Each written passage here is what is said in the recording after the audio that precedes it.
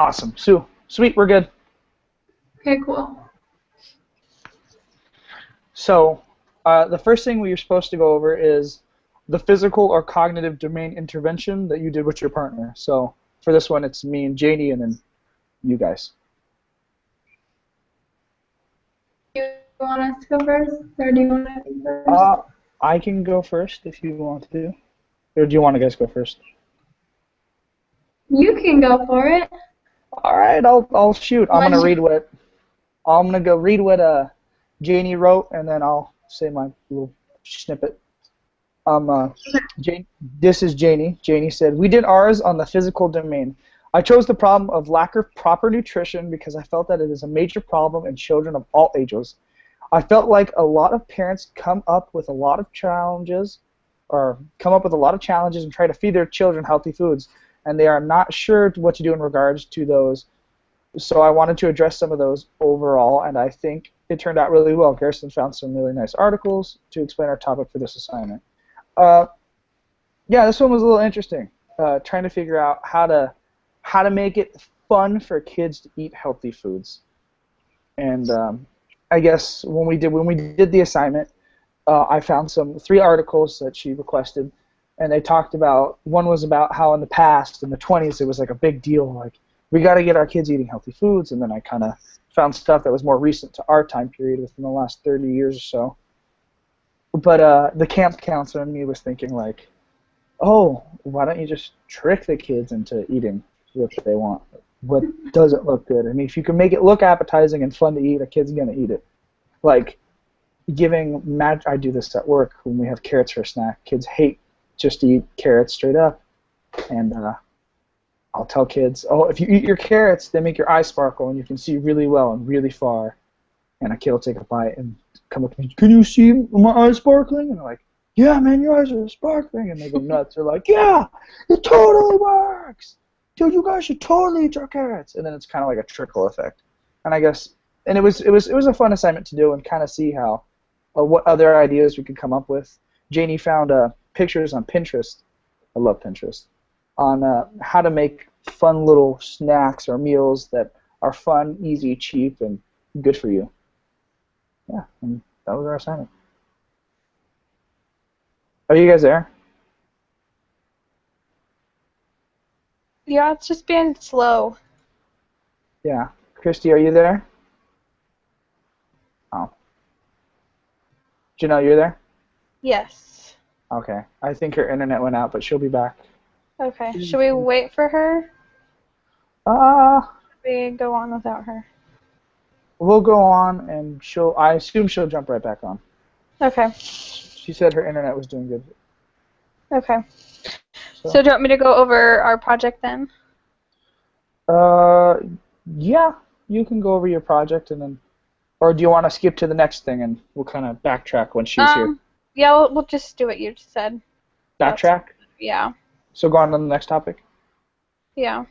Okay. For this one, it's describe the social-emotional domain intervention that you researched this week.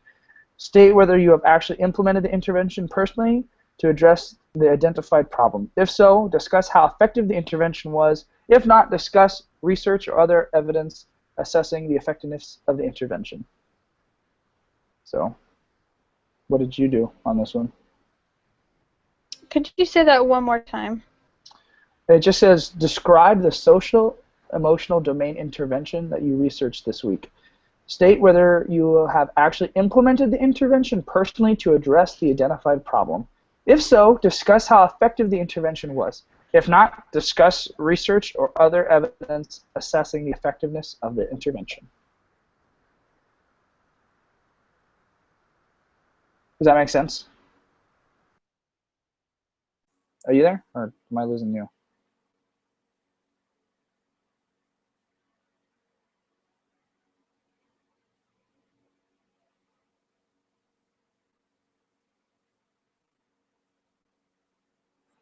Maybe it's me.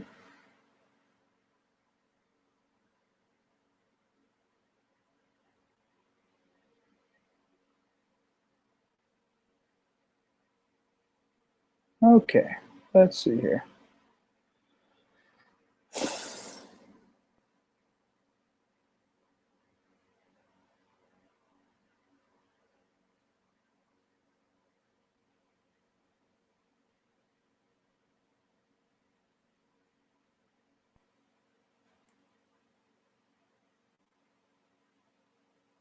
Hello? Hello? Anybody? Ay, ay, ay.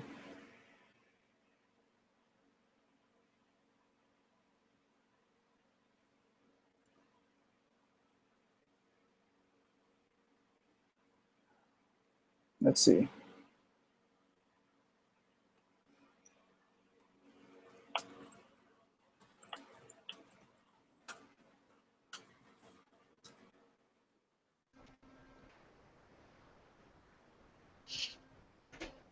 Hey, Okay, it kicked me out.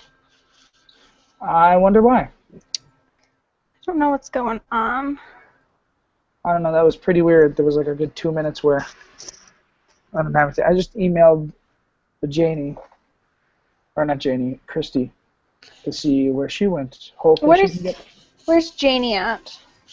Janie is not here. She can't Okay. make evenings, apparently. She has work or something, or another class that okay. conflicts. She has a conflicting schedule when she talked to her. Okay. So, what was your social emotional domain intervention that you decided to research this week? I went over abuse in the home Okay. and the negative effects that it has on children. Uh-huh. And it has to deal with a lot with their emotional well-being, because if they are around that, then it leads to self-esteem issues, and they're more likely to be abusers themselves later in life. Yeah. And it leaves just like lasting emotional scars. It's hard to break the cycle. And even if they're not abusers, they're more likely to be in abusive relationships. Yeah. So it's just kind of sad, a sad thing to look over, I thought. Yeah, I think that's a hard area to do. So what was your solution to, or your intervention for kids that are abused? It was hard to look at interventions because every situation's different. Yeah. But a couple I found were like other adults outside the family just need to be aware. I think that's what's important, like teachers or preschool teachers. If you notice something's up, then you need to speak out. Yeah, I feel like teachers have how do I say this? They're legally obligated to say something. They are, and if you feel like it's a silly concern, you should still voice it. Even the most silliest of concerns is the most essential. Yeah, because that silly little concern can make a huge difference. Say that again? That silly little concern you think is probably stupid probably could mean the biggest difference to them. Yeah. It's that's such a hard thing. I know that I have to, being a facilitator of kids and like fun and whatever that is, and like my job, I still have to watch if I feel like I'm legally obligated. If I feel like a kid's getting his butt whooped at home and he's coming to camp with weird scars in places that he shouldn't have them, I have to speak out and say something. Yeah, for sure. Or even abuse at that particular program. Mm-hmm. You have to watch out for. I know abuse is like it's a very broad term, meaning it can go from sexual abuse all the way up to like someone's beating the crap out of, like, excuse my language, I think that people don't even understand that they are doing it sometimes. That's part of it. Oh yeah, the kids, especially kids. A lot of the time, it's kids doing it to other kids. But that kid doesn't know that he's abusing another kid. To him, he's playing, he's having fun. But to that other kid, doesn't know how to voice that he doesn't like it. Yeah. That's why it's such a hard topic, just because, like you said, it's so broad. Yeah, and some people just don't know how to look for it. Mhm. Yeah, that's true. That's a really good. I really like that. I think that's awesome that you researched that. Mm-hmm. I just got an email from Christy. Her computer froze and she's getting an Ethernet cord, so she should be good. Okay, so it sounds like she'll be back on in a few minutes. Yeah, she'll be back on. I decided to do mine on. Hey, Chrissy's back. Yay.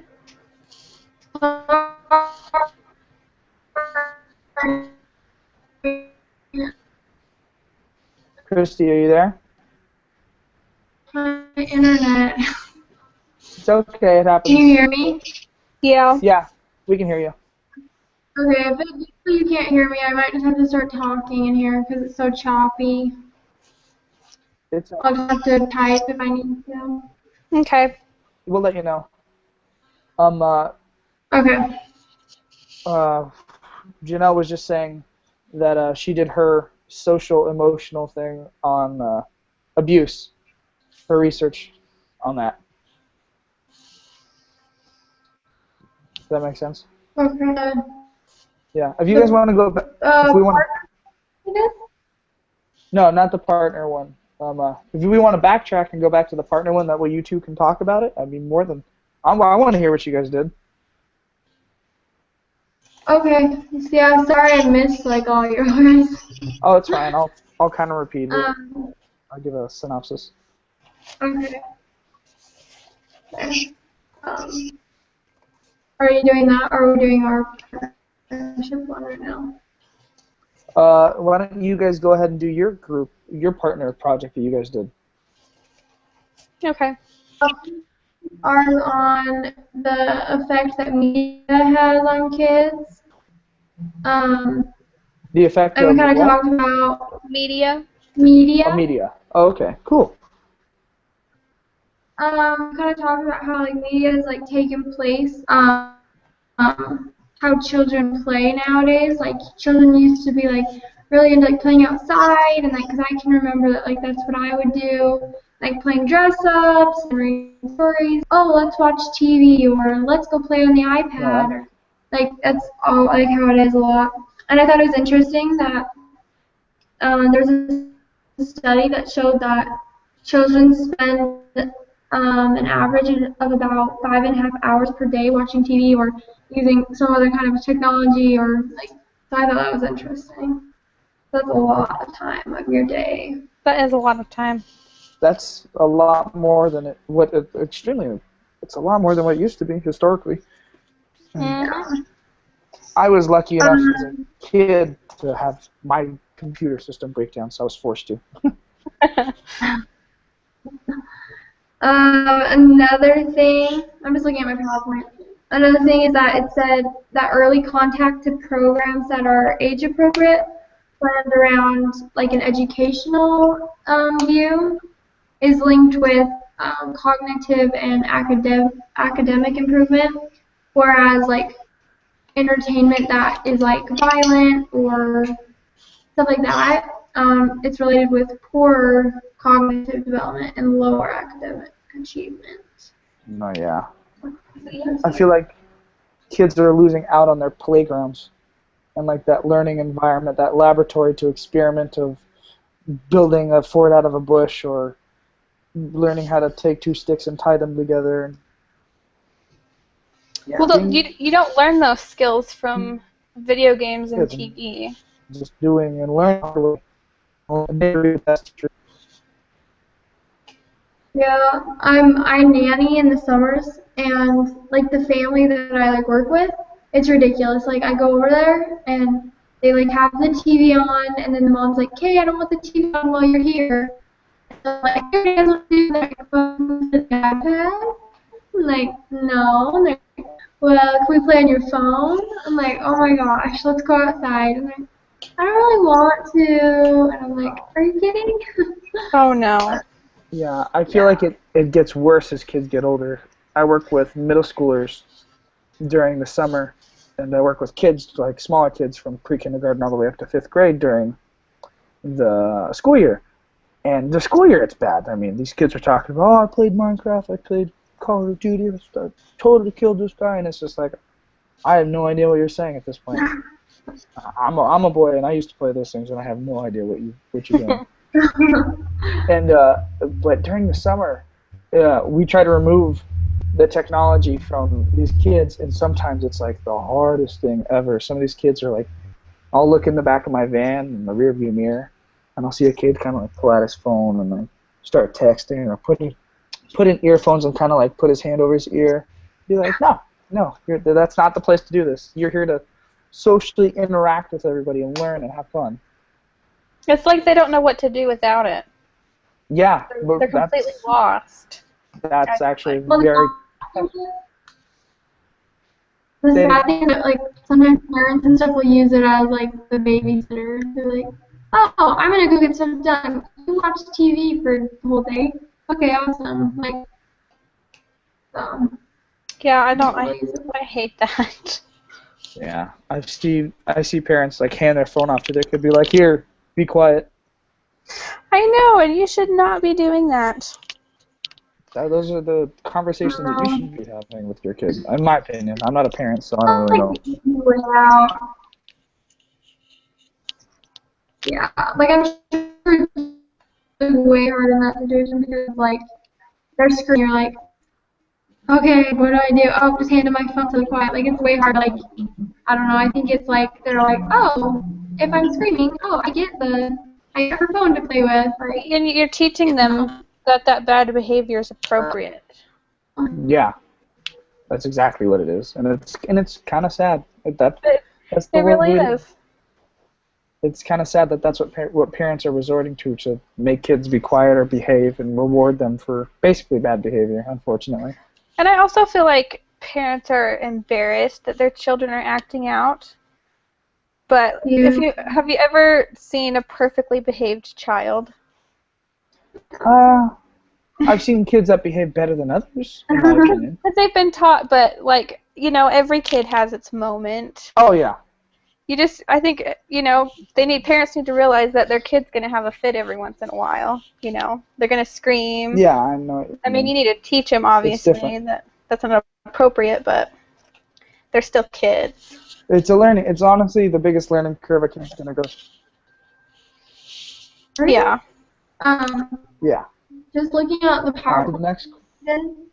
Another point that I found really interesting was it said that they did research and it showed that children do not begin to like tell the difference between the television and like real life events until like they start getting older, like preschool years.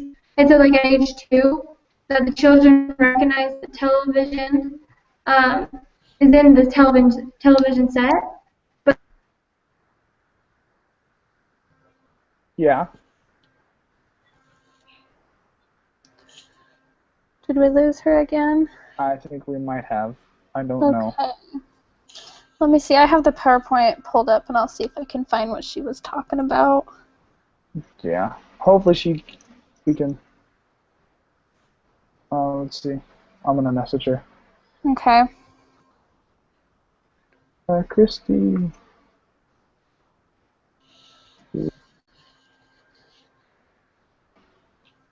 Oh, it looks like she just got. Yeah. Okay. Oh yeah. So she was saying something about the kids can't differentiate between TV and reality. Yeah. So this is the quote that she had put in her part. It says, at age 2, the children recognize that the television world was combined within the television set, but it wasn't until age 3 or 4 that they really understand that the television world does not affect them. Yeah, and you want to know what? The kids don't know any better. They don't. And there's some scary stuff on TV. Hey, Christy. Hey, I just realized you can turn off your camera, and that might help out your internet. Oh, really? Well, it's just like, it goes off and on, because so many people are using it here, so... Yeah. So hopefully it just stays for a while. Yeah, I'm sure it will. Don't worry. We only have another, 20, 30 minutes tops? We'll make it. So yeah, Janelle was just telling me about the piece that you were talking about a moment ago. Yeah. I think it, really affects them because, they get, really, they have, that fear. And I feel like that could be avoided. For sure. Yeah. I think it's more than fear, too, but I also think they get too into their TV shows, too. Like all the cartoons they have on Disney Channel and stuff like that. I think they could probably get too obsessed with them. Oh, Yeah. yeah. Or And they they come be too. rewatching them and rewatching them. Yeah. Like, well, I want to watch it again. It was so good. We watched it earlier today. It like becomes like a routine for them to have it at this certain time. Like I got to watch it. Yeah. Almost like an addiction, unfortunately. And it doesn't do anything for their development. No. Like, just pretty much nothing. Yeah, well, I mean, I guess you can learn language from TV That's true, but and cultural things from TV, but nothing crazy. you know, Nothing Which you could beneficial. learn somewhere else, though. Yeah. What? You could like learn that somewhere else, you know? That could probably be more beneficial. yeah, there's other ways to Oh, learn yeah. that. Oh, easily. Actually being out there in society and learning. I mean, there's plenty of different ways. Yep. All right, you guys want to move on to the next question? Sure. So, Christy, this was the social emotional intervention that we researched this week, or last week, rather, and we're talking about it. Janelle, you did yours about abuse. She was telling me that that abuse is a big deal, and people have to look out for it. Teachers, mainly, parents, other families in the neighborhood have to pay close attention to kids, like.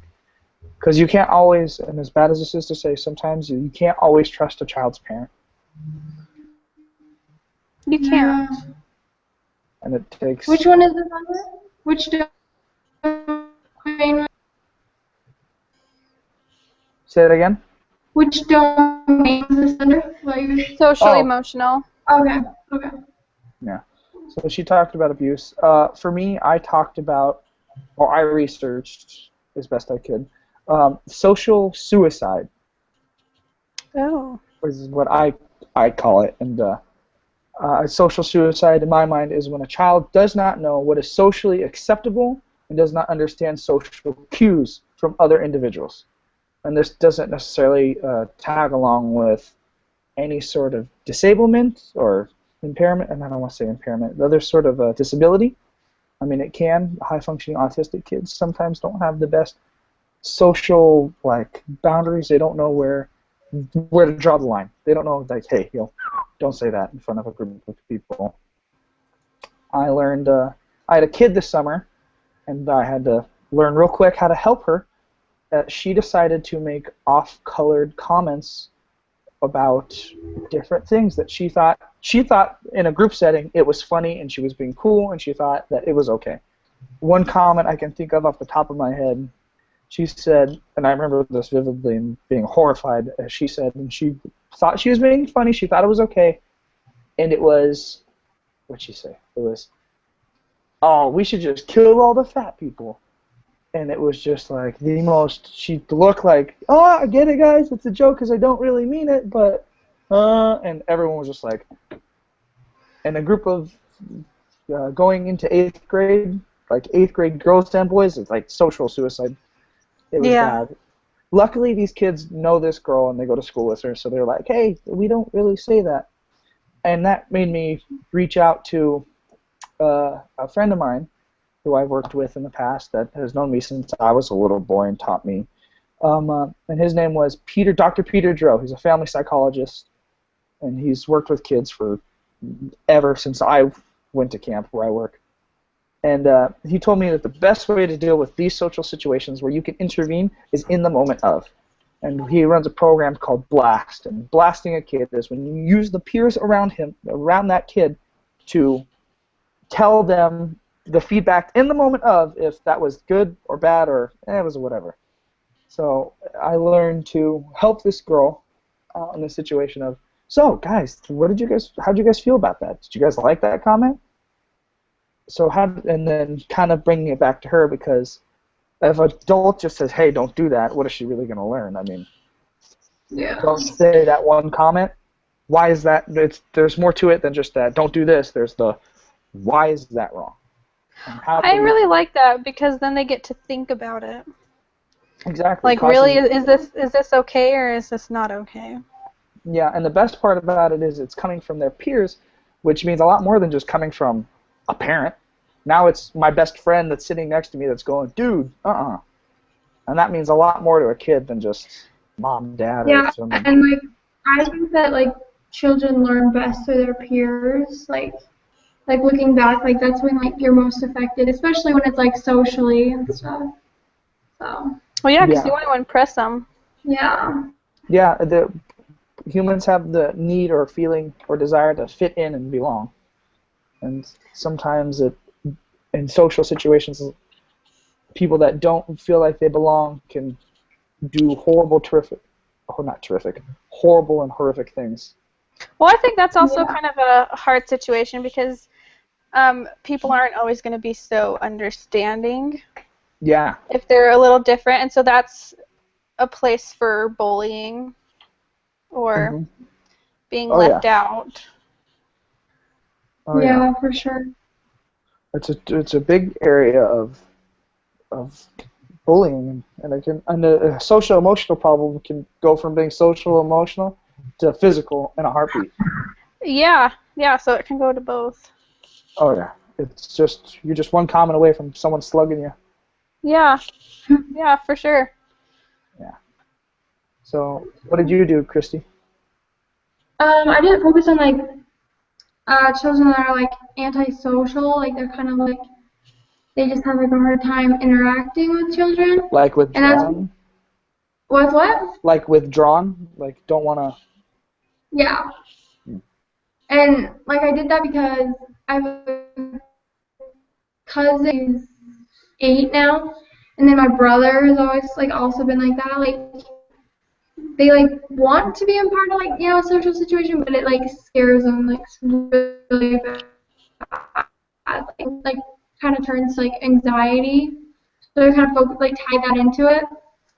Just because like my cousin Lizzie, like I like she lives close to me, so I talk to her a lot.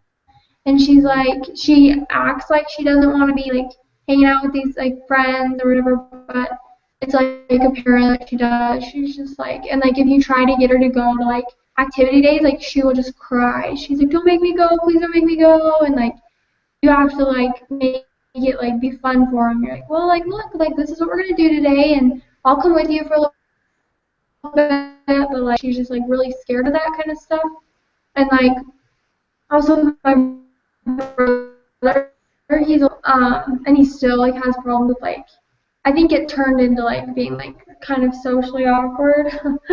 But at first, like my mom was telling me that like growing up he just had like he was really really he just get anxious to like put himself out there to make friends. Cause like I think it's like when you're like growing up and stuff, you really have to put yourself out there to like make those friends, and it's not like they're just all gonna come to you, you know. And so he always struggled with that, and so he never really got the social aspect, and so it's affected him now and stuff. So, but I think it's just really important for like the parents and the teachers, like kind of just to make sure they're comfortable in their environment, and they also have the opportunities and experiences for those like to be able to like interact with like their peers and stuff. So. Yeah. It's hard for kids. Some kids are perfectly comfortable with just, hi, my name's James, what's up guys? I don't even know you. And some other kids are just like, I need a day or two, or not at all. And Yeah. I've seen it, and it stinks. I was actually like that as a young child. I was totally that quiet little kid that didn't want to talk to anyone.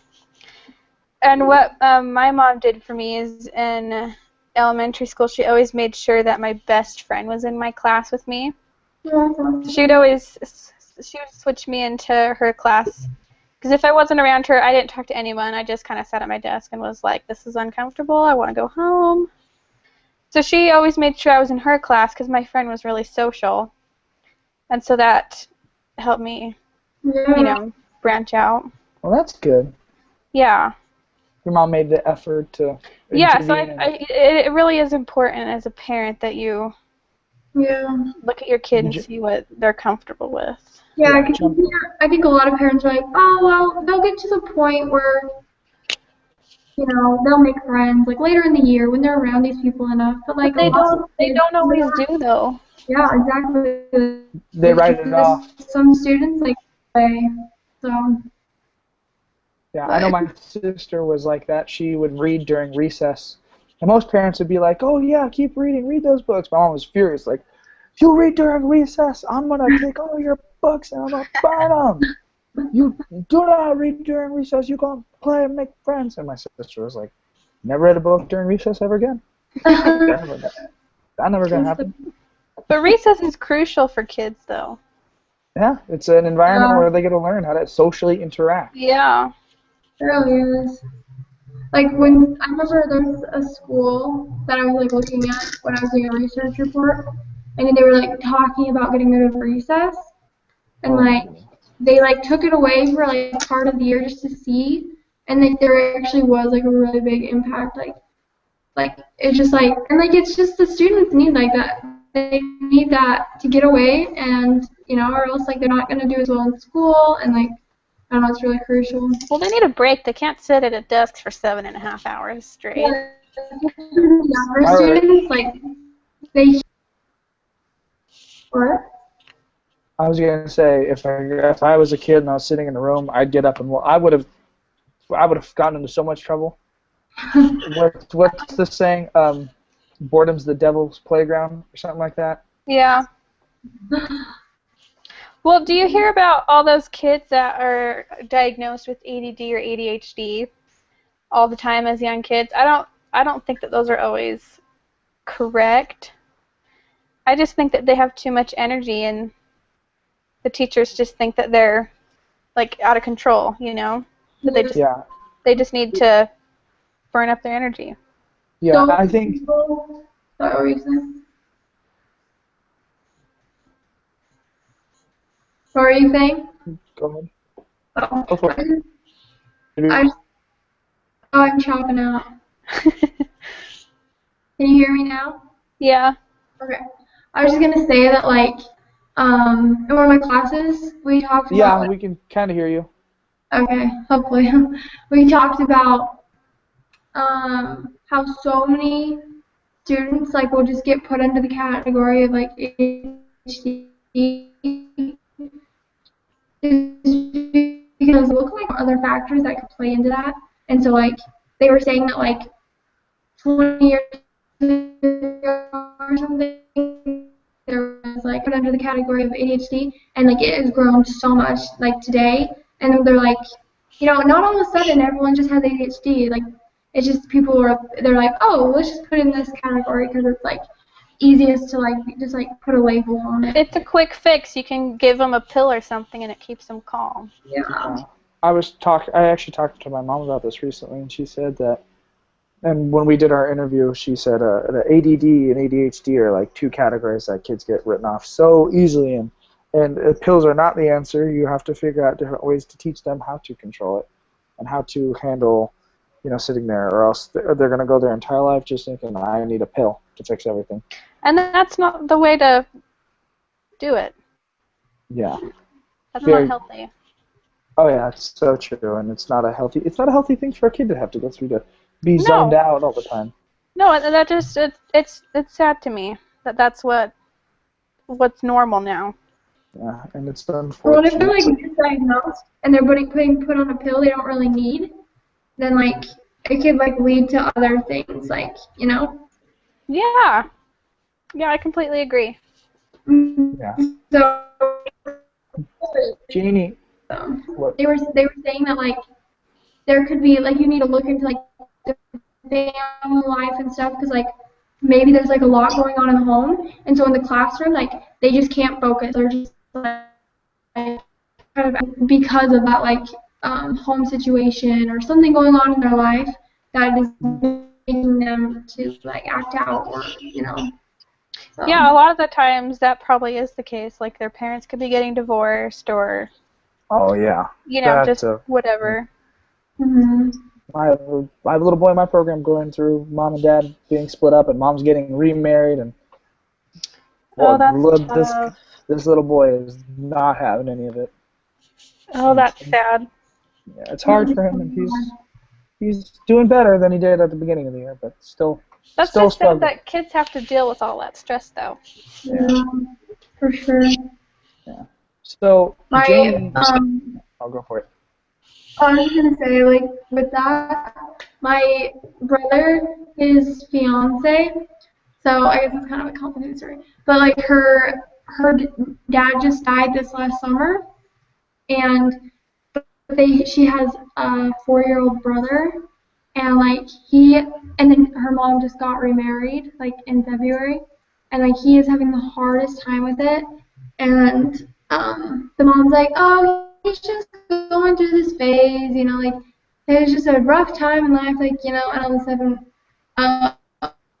because she doesn't want to put it on herself, and so her sister, who is my soon-to-be sister-in-law, is like, Mom, you need to realize like this is hard for him, like, and she's just like, I don't know, it's just so it's hard because like the parents don't want to put it on themselves, I think. That's really bothersome. Well, it's hard because like I think that's just kind of how like we kind of all are. We have this natural like, oh, I'm not the problem. Like they have to be the problem. I'm not, And so I think it's just like a natural. So. Well, I think it's natural to have confused or upset feelings. Your dad died, someone else new is coming in, but How do you I think handle it? as a parent, you need to be supportive of your child's feelings and try to be understanding and. You need to own up to it. I mean, Yeah, you do. Yeah. Yeah, for sure. So Janie wrote for her social thing. The problem or risk that I chose was children growing up in a single-parent household. This topic could be considered in this domain due to the impact it has on social relationships. I have not actually implemented this intervention. I chose this risk or problem because I grew up in a single-parent household, and I know a lot of people these days are doing the same, and I've seen personally experienced how it affects our social relationships with others. A lot of stress, conflicts happen when a parent's divorce, and sad part is not only affects the parents, but the children big time. When a child is exposed to this, they tend to follow their parents' example when it comes to conflicts and how they treat each other. Their relationship in the future with others seems to be limited, if not completely cut off. Behaviors towards others seem to be out of control as well as in children. I found some interventions that would benefit counseling, open communication, teaching proper ways to behave, and also towards others, regardless of the home situation. So that kind of tagged into what we were talking about. I thought that was pretty cool. Good segue. Yeah. I actually have a really good example of a single-parent household. My aunt is a single mom. Her ex-husband was abusive, and he was into drugs, and he got into a gang and stuff like that. Oh. And so it was just nasty. It was nasty. She has 2 kids. They're young. When she left her husband, her youngest son was just a baby, so he doesn't remember him at all. But he knows of him. Mm-hmm. And it's just like he's just absolutely heartbroken that he doesn't have a dad to take him to baseball practice or to his football games. Like, he has serious emotional issues over that. Mm-hmm. And she has a son and a daughter. And she doesn't have the daughter doesn't have a positive father role model. She doesn't have a dad in her home. And my aunt, she works full time, and so she gets home, and her kids go to my grandparents' house after school for a few hours. And so they come home and they miss their mom, but she's tired from working, 10 hours a day. So she comes home and she's just tired, so she doesn't have energy to parent. And so I kind of am a little scared for her kids. How they're going to turn out, just because of the situation they're in. Well, luckily they have grandma and grandpa there. I know, yeah, and so my grandparents are really good. My grandpa is probably the best role model. That could be that could be their saving grace in that situation. But, not every kid has that. Yeah. It's true. And, if the parent, if they have, the lack of love or support, that really can, affect them the rest of their lives. Yeah, and, I think you can go along with homosexual parents. 2 moms or 1 mom can't replace a dad, and you know, kind of vice versa. I think both kids deserve to have both. Yeah, I think that's true. an entitlement of theirs, and they don't all get that. Yeah.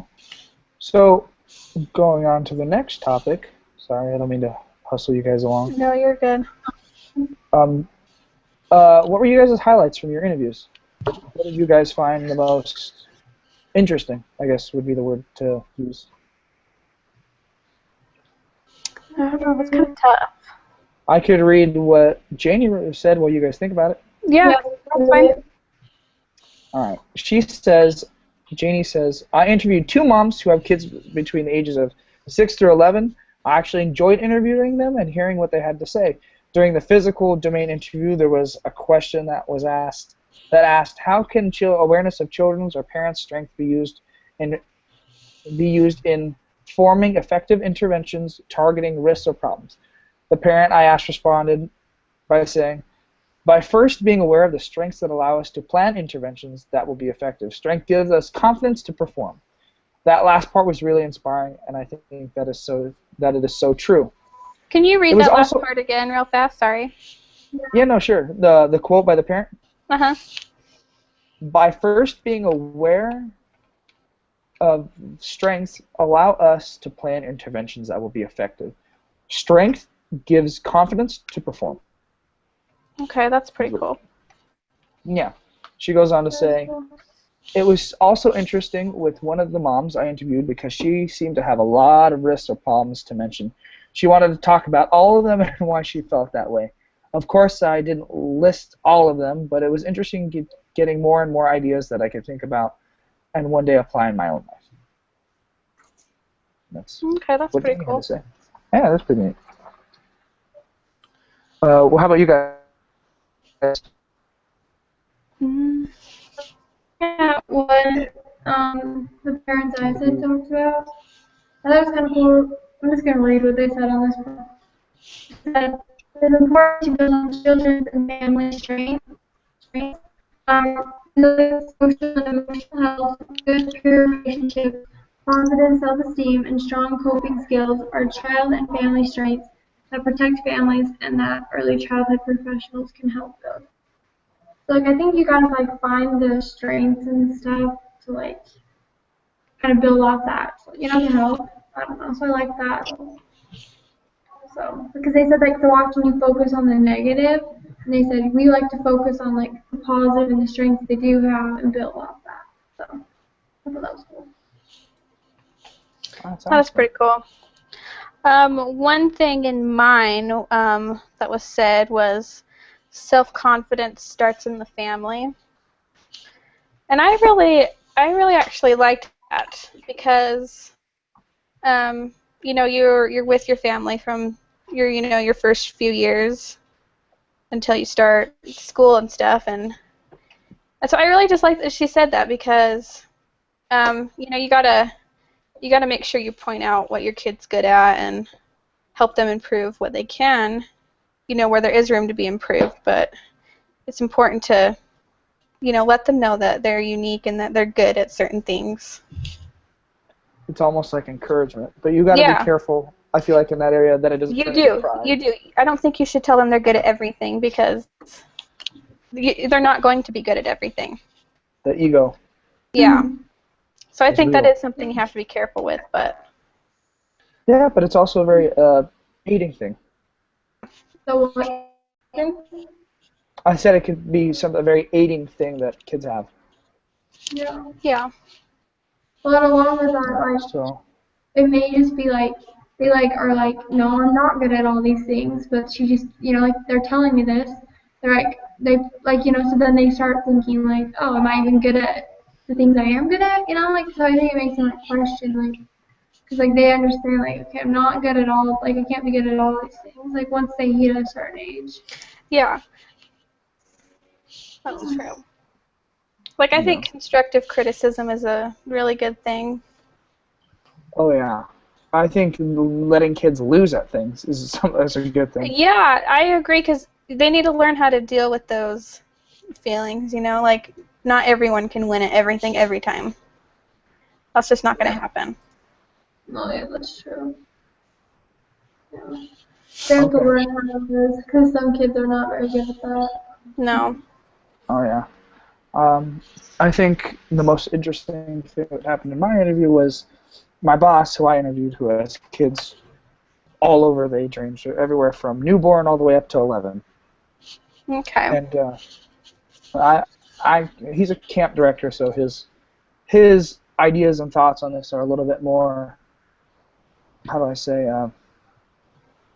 camp counselor-ish, I guess, if that makes any sense. Yeah.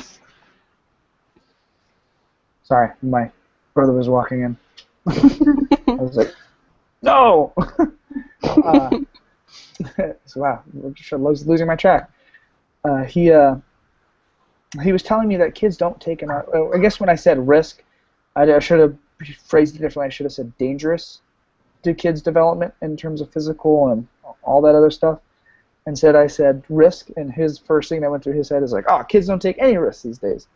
I mean, if you see a kid playing with a match, he's scolded for it. A kid plays with a knife, he's scolded for it.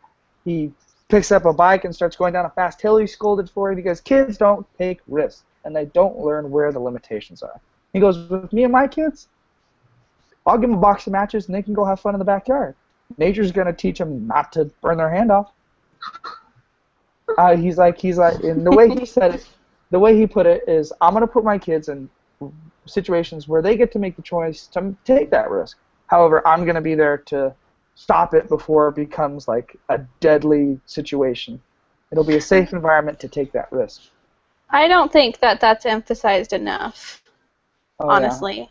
Because people are like, oh my gosh, he's going to scrape his knee. You know, we have to stop him. Let him Yeah. scrape his knee. Next time he'll know that he can't do that, or, you know. Yeah, I think the way he teaches his kids is how most parents should. No, I agree. What does he tell his little girl? He brought his little girl to work today with us when we went on our field trip. He said she did something and she scraped, and he didn't tell her no. She was about to do something stupid. And he's like, good idea or bad idea? And she went, good idea. And he's like, all right, go for it. Totally hurt ourselves and started crying. And he looked at her and he goes, if we're going to be dumb, she sucked it up and went, we got to be tough. This little 4-year-old got up and walked away after scraping her knee and was like, I got this. Yeah, and that's how his kids are. They learned that, dude, if I run into the fence as fast as I can, it's going to hurt.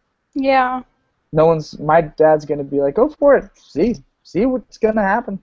Look at what your outcome is his mindset. And taking that risk in a safe environment, what he advocates. But if you look at how kids played, you know, even like 30 years ago, like they just pretty much like ran free outside, you know. That's how my parents grew up. That's how my grandpa grew up. He said that after school, all the neighborhood kids would hop on their bikes and they'd be gone till 8 o'clock, you know, dinner time. Oh, yeah. And whatever happened, you know. Yeah. I was lucky enough to where my dad kind of had the same mindset. Yeah. And he, during the weekends, I'd jump on my bike and go down the street, and that was the time of cell phones and stuff like that. So I just get a phone call, come home. All right, coming home. Anytime in between that, and I was doing my thing, and I think it's changed. I see my brothers don't have the same kind of social, like, dude, I'm going to jump on my bike and go to my buddy's house around the block. I'll see you later, Mom. All right, cool. Have fun. Be home by this time. Yeah. I think that's important to their development and just everything, you know. Taking risks. Yeah. Kids never going to learn if you bubble wrap them. They're not. They're not going to learn anything. And some parents are total helicopters. Mm-hmm. And I mean, I work with plenty of kids, and I've seen moms that are just like, I had one mom who told me, I don't know if my daughter, she's a little nervous, and this little girl came, and she was so excited. She was not nervous at all. She was in the group screaming crazy. And then Dad, who is divorced from Mom, went, what? Mom said that? That's Mom's projected onto her daughter. She's nervous about her daughter. I was married to that woman, and I know she's being a helicopter. He was very blunt with me about that, and I was like, all right, thanks for the heads up. I think it's okay to be nervous, but you can't let that rub off onto your kid. Yeah, then you disable your kid. Yeah. Oh, it's true. We were for the daycare that I'm gonna be working at here at the school. We were like talking about how like some of the parents will come in and be like, "Hey, I'm like really worried because like my child has a hard time when I'm not right by her side, and so I should probably come in and maybe stay the day and just make sure she's okay, you know." And they're like, "Oh, you can go in the observation room, but like let's just see how she does." And like they would like half the time they say that the student comes in is totally fine and loves all the toys and is having a blast, and the mom's like, "I don't know, she seems a little nervous," and we're like, "Look at the child, she's having so much fun." And so like just the parent is just like wants to make sure that they're watching what their child's doing, and so it's kind of funny. Yeah. I think the best way to watch children, and this is the little 5-year-old me, is to play the games that they play.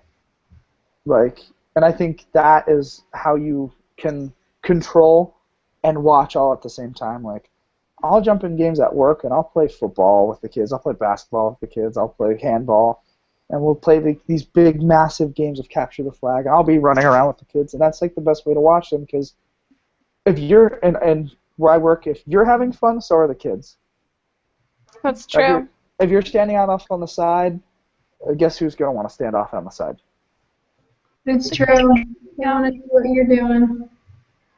Yeah, so. Well, it's also like you're actively involved, so you just, you're in the activity. You're not on the side. You're not off talking to someone else or in your own thoughts. You're in it, You're present. And that gives you the best way to intervene in every single one of these domains. Physical.